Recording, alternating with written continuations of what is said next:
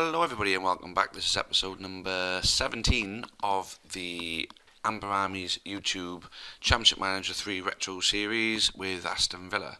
And if you remember rightly from the last episode, we said we had 2 episodes worth of games left to see us out for the season. So 1, 2, 3, 4, 5, 6. 8 of all the cups, obviously crashing out heartbreakingly against Man United the way we did. Oh, let's hope now that with these 6 games left, looking at it, I'm thinking Leicester is winnable, so I'm saying 3, a point against Arsenal at home, a win away at Charlton, so I'm thinking 7 points up to this point, possibly a loss away at Liverpool, so 7 points, a win at home to West Ham and a win away at Blackburn, so I'm targeting 13 points from the rest of these games, which 13 points will give us a grand total of 68, which I think will see us in the top 6. Or possibly not. Actually, comes to think of it, we got a couple of games in hand over a couple of teams above us.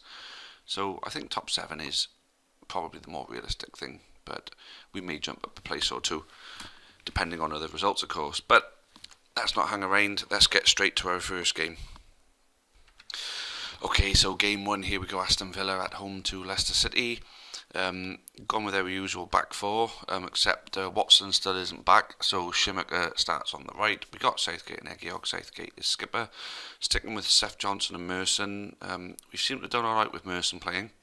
Gone with Quayler and Tevenet up front, with Joachim Lovenkrands on the wings. Let's kick this one off, and let's see if we can make an assault for that top 6.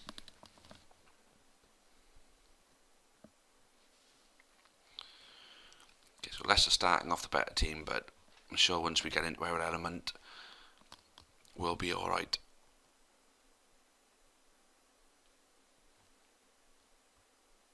So not a good opening 10 minutes, or 15 minutes for us even, or 20 minutes. It's just ticking on.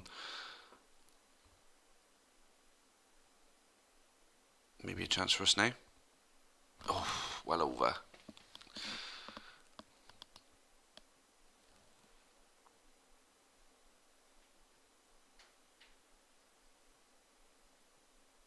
Okay, so 30 minutes in, a bit of a dull game. 0-0 still, not really many chances for anybody. I think we need to get a bit of brilliance, and Lovenkrands could be the one to do it. Getting his shirt pulled. Draws the foul, gets a yellow card for the opposition, but nothing comes of that attack. Again, I think we have had these games where it's been a bit of a boring first half, but we've come out strong in the second. So here we go, we're going in at half time, it looks like, at 0-0. Match stats showing Leicester to be the better team so far, and although we're edging the possession play, let's just get this second half started.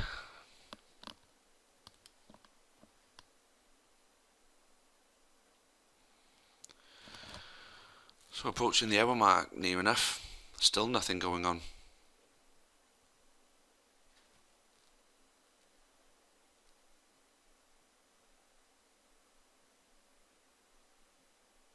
Lovenkrands drawing another yellow card for Leicester, but getting them yellow cards ain't any good. We need to get the ball in the net.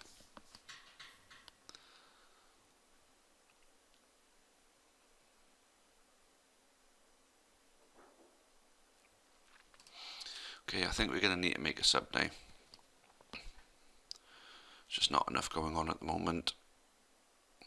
Thinking Seth Johnson, he's on a yellow card, he's playing out of 6. Bring him on for another attacking midfielder. We get 2 attacking choices in the centre of midfield then. The strikers are not really doing the job. Tevenet is more likely to score than Quayler, so I'm going to take off Quayler for Taino. Taino, obviously, we're still waiting for him to get going. Let's see if this is the game when he makes a name for himself.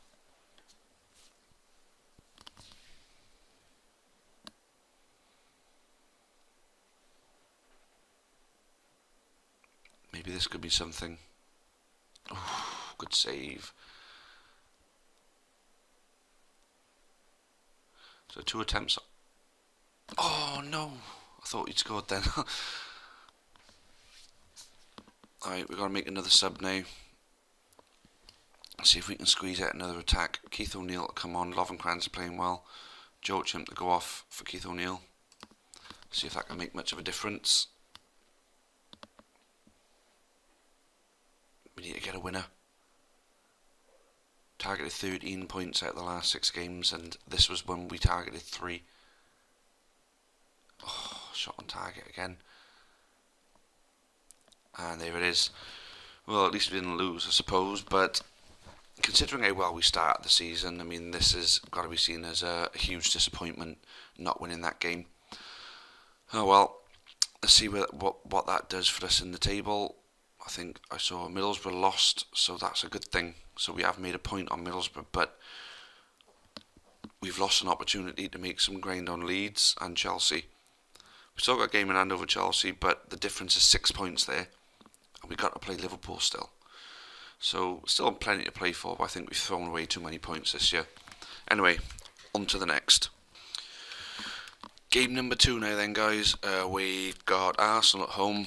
I've put us down as the chances are we'll lose this game, although we are pretty good at home.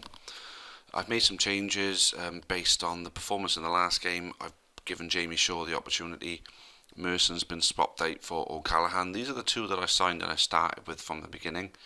I don't know, I think I'm going to give them the chance to prove themselves so they can play together again. Tevenet, if you can look now, is only on a 90% on his fitness, so I've dropped him to the bench, giving Timu Tano a start with Quayla, although I'd imagine Tevenet will be brought on later in the game. Let's kick it off and let's see if we can pull off a shock win to make up for the loss, make up for the draw that we had in the last game.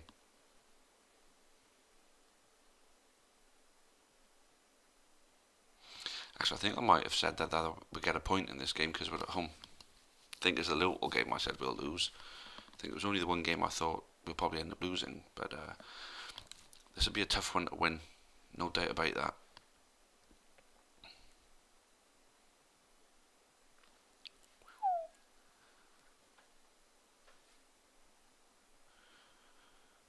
We can't let them get... Don't go sending him off now. Oof. Thought he was going to get the red then when I seen 2 foot. They were a bit more lenient with it back in them days.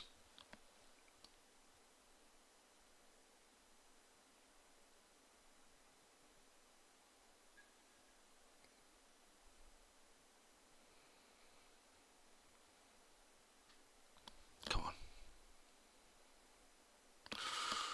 Well, that was a chance, that was. Should have done much better there.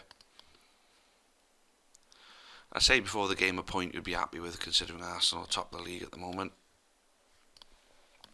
But if we want to compete with these teams, we've got to start learning how to beat them, especially when we're at home.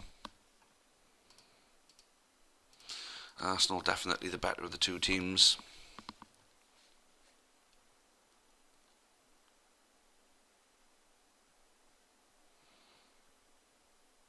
So we get to play it the rest of the second half with Adams on a booking. That's going to be helpful, but they're still coming forward quite strong at the moment.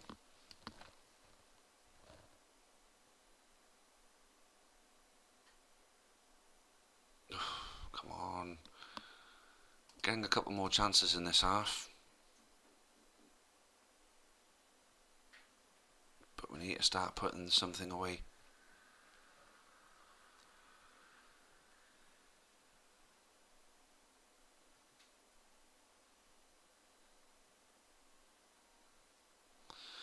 Jamie Shaw on a booking. That's not what we want. Oh, we've got 4 players on a booking. I think Aston might have had a chance then.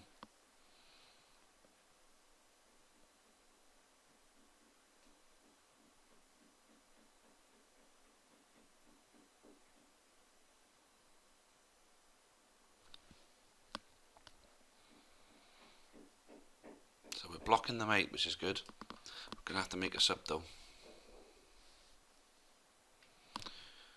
Put the pressure on Bergkamp, made him miss the target. Right. Joachim's got to come off for O'Neill. And I'm going to say Quayla because he's on the booking. I got a feeling about Tano if we give him the opportunity. He's still quite young, mind, so he could become a bit of a player. Got to get game time to get that experience.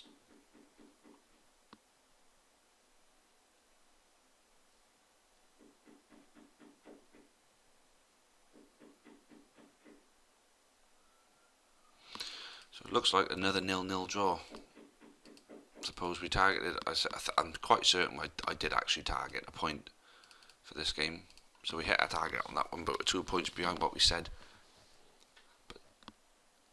And there it is, another boring game. Sorry, this is a boring old episode, guys. Let's have a look, see where that leaves us in the table now. So 4 points in front of Middlesbrough, 4 games left, and to be honest with you, looking at that there, I can't see us penetrating that top 6. Not this season anyway. Let's see what the summer brings, but we'll play the rest of the season out and see how we get on. I'm quite sure we're away next. We are away to Charlton. Winnable game. Let's see if we can go there and get the win. Okay, so the final game of the episode. O'Callaghan got an injury, so Merson makes his way back into the team, keeping with Shaw, Quayler and Tevenet back together because they're both fully fit now. So there we go. Watson is still out, kicking the game off now, and we get a win, and it's a relatively decent episode, I'd say. If we fail to win, I think we're a bit stuffed.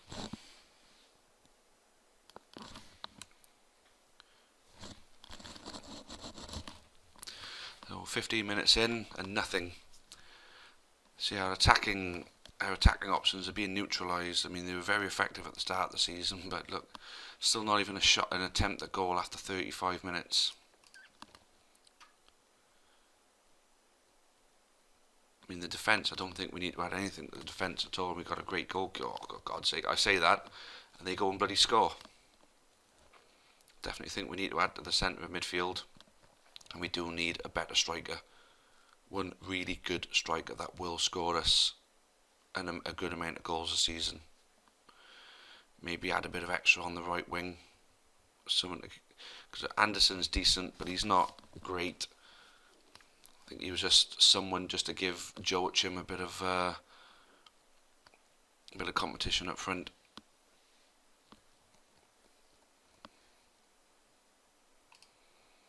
Okay, so we've had a few chances after it took them to have one attempt and actually score from it for us to actually get our asses into gear.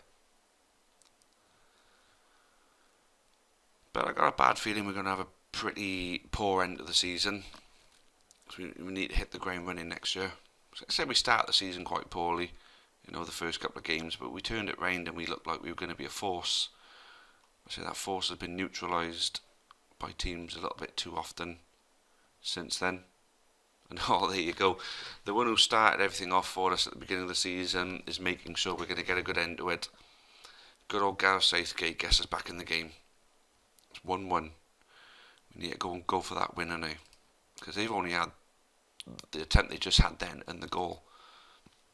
I think we need to make our changes a bit quicker. Joachim's having a poor game. I'm going to give O'Neill a run out down the right. Give him a little bit longer than just the usual 10 minutes that he gets.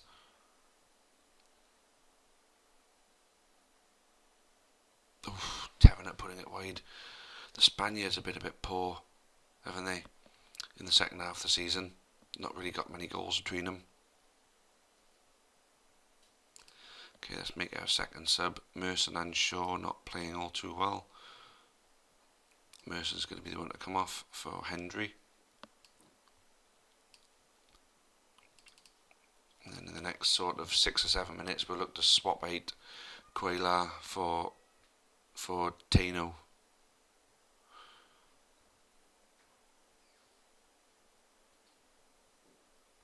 Come on. Right, so I think we're going to make that sub now. I know we're going to be playing the rest of the game without any substitutes left to open ourselves up to going into 10 men if we get an injury, but we need to find a winner in this one. Oh, and Tano, the substitute, it's got to be like the first movie he was part of. And what a way to come on and put us in front. Looked like he rounded the goalkeeper as well. Oh, and they just hit the post, almost equalising straight away. But yeah, we're 2-1 up. We need to keep hold of this lead now. 4 minutes left. A third would certainly help things if we can get forward.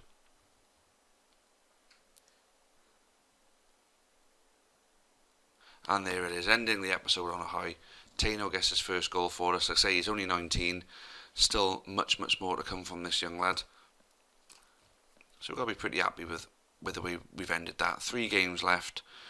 We got 3 points from Leeds. We could finish in that top 6. Looking at it, we're not going to finish any lower than 7th, which is good. But I say, on to the final episode of the season, and I say we've got to be pretty happy with the return that we've currently come back with. I'd have said 65 points would have been a very, very good season, and 60 points with 3 games left. Happy with that. Anyway, guys, thanks all for watching this. I know we're not getting as many views on this one as the other one, but I enjoy this one so much, and this does have some regular viewers, and those regular viewers mean a lot to me, so I don't want to let you guys down. So I'm going to keep doing this. I'm going to keep going into season 2. The Newport County one was only an experiment in which we were going to be limited to how long we were going to go with that one. So with this one, this is a series, so this can basically go on forever, because this is a retro series as well. So basically means that there's no game that's going to come and supersede this one. This is, like I say, I'm going to just go on forever with this one, and I hope it pulls some more viewers. I hope some people start from the beginning and make their way up to this point and carry on with us. But anyway, I thank you all for watching this, and until the next time, it's cheerio for now. Thank you.